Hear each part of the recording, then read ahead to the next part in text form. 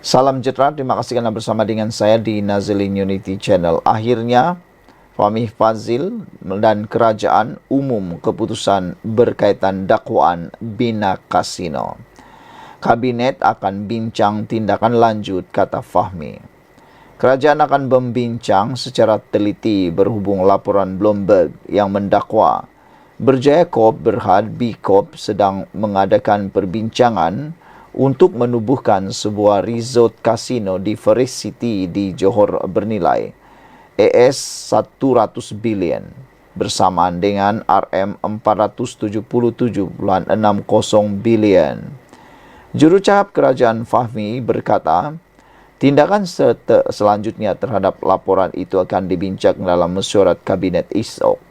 Ramai yang menjangkakan adakah kerajaan akan menyaman Bloomberg ini 1 trilion. Wah, ada yang mau supaya Bloomberg dihajar habis-habisan. Mengenai isu Bloomberg, saya belum dapat maklumat terperinci. Kita ada jemaah menteri esok. Mungkin ada maklumat selepas itu, tapi setakat ini tiada terbaru, kata beliau. Tapi saya difahamkan ada beberapa laporan polis telah dibuat dan saya belum melihat laporan itu. Mungkin saya kena tunggu laporan jemaah menteri itu, katanya kepada pemberita di Kuala Kubu Baharu. Terdahulu, Fahmi yang juga Menteri Komunikasi ditanya mengenai status terbaru isu laporan berita itu. Berjaya Corp Berhad B Corp telah membuat laporan polis pada 26 April lalu dalam usaha untuk menjejaki sumber tidak dinamakan yang dipetik dalam laporan itu. B Corp sejak itu menafikan bahawa dakwaan bahawa rancangan sedemikian sedang dalam perbincangan. Dalam satu kenyataan, ia berkata sumber tersebut telah mencemarkan nama baik mereka dengan menyebarkan maklumat palsu dan ia percaya polis akan mengambil langkah perlu untuk menyiasat perkara itu. Menurut syarikat itu lagi, mereka percaya penerbitan berniat jahat itu mahu menyebabkan gangguan politik, menjejaskan kepercayaan orang ramai dan memesongkan persepsi orang ramai terhadap Yang di-Pertuan Agong Sultan Ibrahim dan Perdana Menteri Anwar Ibrahim.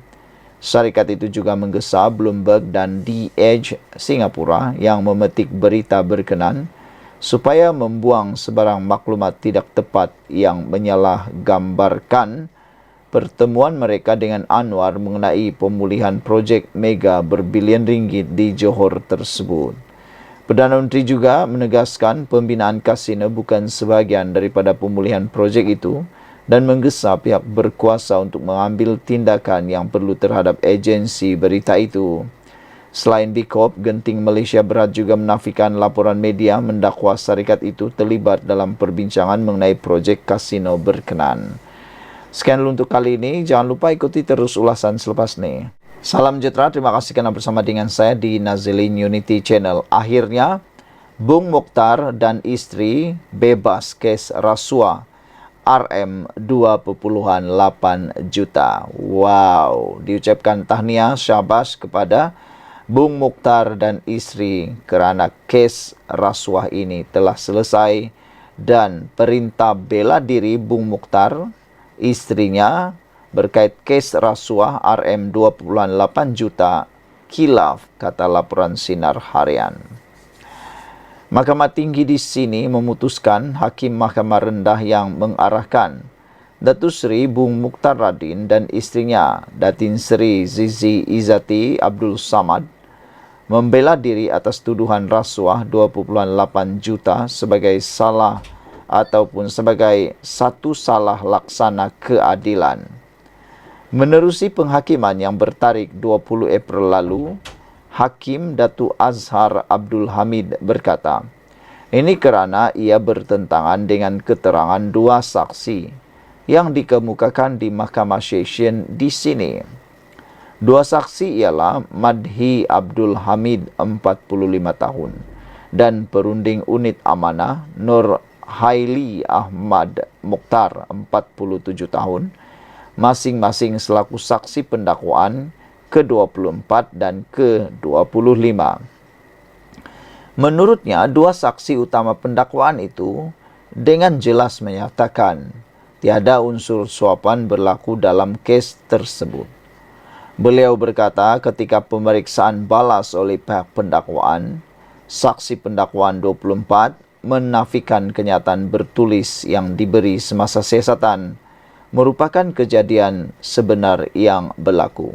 Katanya, saksi itu juga menafikan bahawa RM 2.8 juta yang dibayar kepada Zizi Izzati selaku tertuduh kedua di Public Bank Taman Melawati adalah untuk tertuduh pertama Bung Mukhtar. Saksi pendakwaan ke-25 pula juga membuat pengesahan perkara sama bahawa tiada unsur suapan atau permintaan untuk hal sedemikian.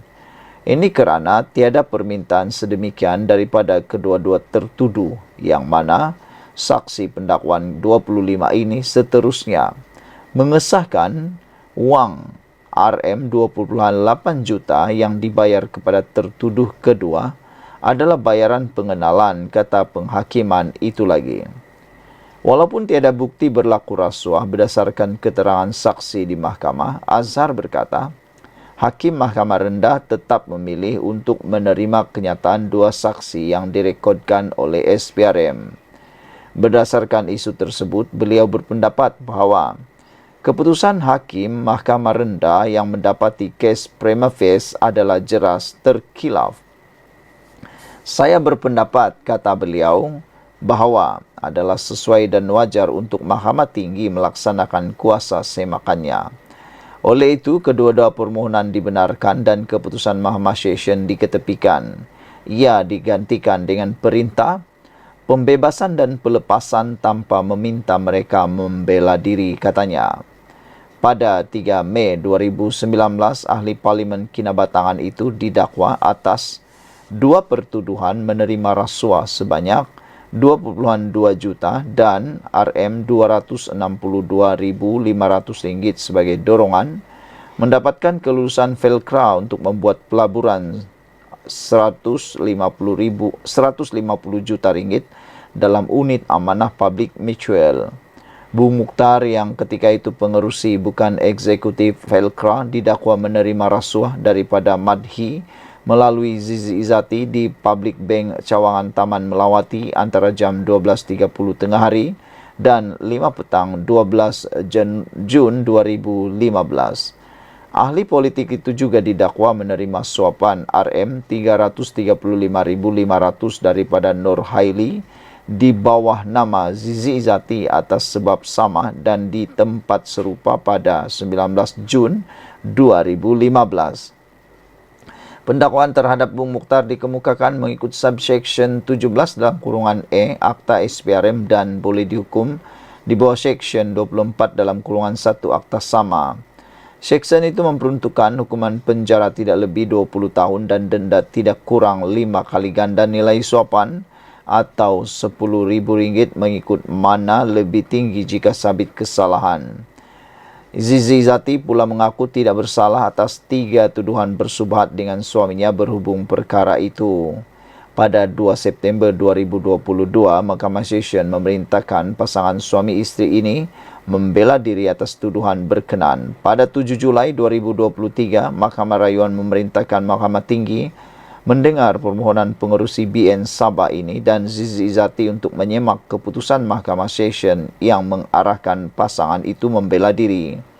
Pada 7 September tahun sama, Mahkamah Tinggi sini kemudian membenarkan permohonan semakan pasangan ini berhubung keputusan berkenaan. Susulan keputusan itu, Hakim Datuk Azhar Abdul Hamid melepas dan membebaskan pasangan suami isteri itu daripada tuduhan berkenaan. Susulan itu, pendakwaan memfailkan rayuan pada 18 September berhubung keputusan pembebasan mereka dan Mahkamah Rayuan menetapkan 29 Julai depan bagi mendengar rayuan tersebut. Sekian dulu untuk kali ini. Jangan lupa ikuti terus ulasan selepas ini. Salam sejahtera, terima kasih kerana bersama dengan saya di Nazilin Unity Channel. Seleweng duit zakat RM 9.62 juta. Pasangan suami isteri bebas dengan jaminan. Wow, ini bukan satu laporan yang biasa-biasa. Ini laporan yang luar biasa. Bayangkan pasangan suami isteri menyeleweng duit zakat berjumlah 9.6 juta ringgit. Ini bukan sedikit, ini satu jumlah yang banyak. Dipetik dari Info Rakyat, Suami istri yang sebelum ini direman dalam siasatan kes penyelewengan dalam kutipan zakat Majlis Agama Islam dan Adat Melayu Perak. Sebanyak Rm 9,62 juta ringgit telah dibebaskan dengan jaminan mahkamah hari ini. Magistrat Farah Nabiha Muhammad dan telah membenarkan permohonan polis untuk membebaskan lelaki berusia 50 tahun itu. Saudara-saudara sekalian, lebih menggemparkan kita lagi ialah wanita berusia 53 tahun tersebut telah dibebaskan dengan jaminan bond sebanyak RM50,000 bagi setiap individu mengikut Seksyen 118 Kanun Tata Cara Jenayah. Menurut laporan Sinar Harian, pasangan tersebut tiba di Mahkamah Magistrat Ipoh pada jam 9.30 pagi bersamaan dengan pendampingan polis dan telah dibebaskan dalam masa 20 minit. Pasangan tersebut telah direman selama 10 hari bermula dari 6 Januari lalu untuk membantu siasatan mengikut Seksyen 406 Kanun Keseksaan yang melibatkan pecah amanah. Penangkapan mereka dilakukan oleh pasukan dari Jabatan Siasatan Jenayah Komersial JSJK Bukit Aman dan IPK Perak di Kuala Lumpur selepas MAPK membuat laporan. Siasatan awal mendapati suspek terlibat dalam transaksi kutipan secara dalam talian dan didakwa gagal mendepositkan zakat sejak Mac hingga September tahun lalu. Wah, ini boleh tahan jugalah kan, berani juga, perbuatan yang sangat berani. Seleweng duit zakat Rm 9,62 juta. Pasangan suami istri bebas dengan jaminan. Dipetik dari Info Rakyat. Saudara-saudara sekalian, suami istri yang sebelum ini direman dalam siasatan kes penyelewengan dalam kutipan zakat Majlis Agama Islam dan Adat Melayu Perak sebanyak 9,62 juta ringgit telah dibebaskan dengan jaminan mahkamah hari ini. Mereka yang berusia 50 tahun dan 53 tahun itu telah diberikan dengan jaminan bond sebanyak RM50,000 bagi setiap individu mengikut Seksyen 118 Kanun Tata Cara Jenayah. Sekian dulu untuk kali ini, ikuti terus ulasan selepas ini. Salam sejahtera, terima kasih kerana bersama dengan saya di Nazlin Unity Channel. Akhirnya, berita yang kita tunggu-tunggu, yaitu BKOP buat laporan polis mahu sumber berita Bloomberg dijejaki. Yang ini betul-betul kita tunggu.